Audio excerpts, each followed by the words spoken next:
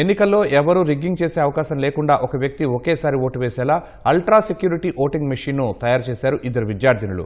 కోల్కతాలోని జోకా ఏరియాలో ఉన్న ఓ ప్రైవేటు విద్యాసంస్థలో మహేరా ఫర్హాద్ ధృతిదాస్ అనే విద్యార్థినులు ఇంటర్ మొదటి సంవత్సరం చదువుతున్నారు. ఎన్నికల ప్రిసైడింగ్ అధికారులుగా పనిచేసిన తమ క్లాస్మేట్ల తల్లిదండ్రులు ఎదుర్కొన్న సవాళ్లు వీరిద్దరిని ఆలోచింపజేశాయి. ప్రిసైడింగ్ ఆఫీసర్లుగా పనిచేస్తున్న వారి ఎదుటే రిగ్గింగ్ జరగడంతో వారు ఎంతో మనోవేదనకు గురయ్యారు. ఓట్ల రిగ్గింగ్ జరగకుండా అడ్డుకునే ప్రత్యేక మెషీన్ను తయారు చేయాలని విద్యార్థినులు సంకల్పించుకున్నారు. అల్ట్రా సెక్యూరిటీ ఓటింగ్ మెషీన్ను తయారు చేశారు. ఓటు వేసే ముందు ఈ మెషీన్కు తొలుత తమ వేలి ముద్రను సమర్పించాలి. అనంతరం కెమెరాలో ముఖాన్ని చూపించి వ్యక్తిగత గుర్తింపును నిర్ధారించుకోవాలి. ఆ తర్వాతే ఈ ఓటింగ్ మెషీన్ అన్లాక్ అవుతుంది. ఇందులో ఓటరు ఓటు వేసిన వెంటనే ఈ మెషీన్ లాక్ అయిపోతుంది. ఒక్కసారి ఇందులో ఓటు వేసిన వ్యక్తి మరోసారి ఓటు వేసే ప్రయత్నం చేసినా ఫలితం ఉండదు.